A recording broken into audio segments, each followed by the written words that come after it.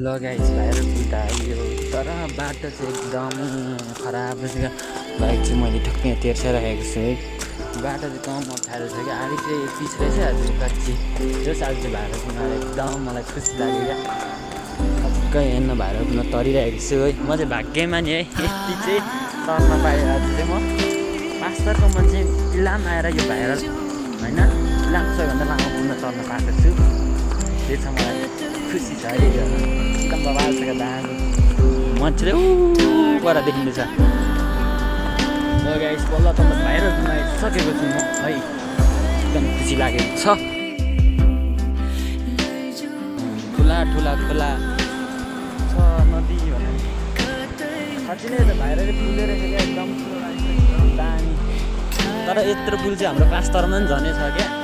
दुईवटा गरी जोडेर त्यसरी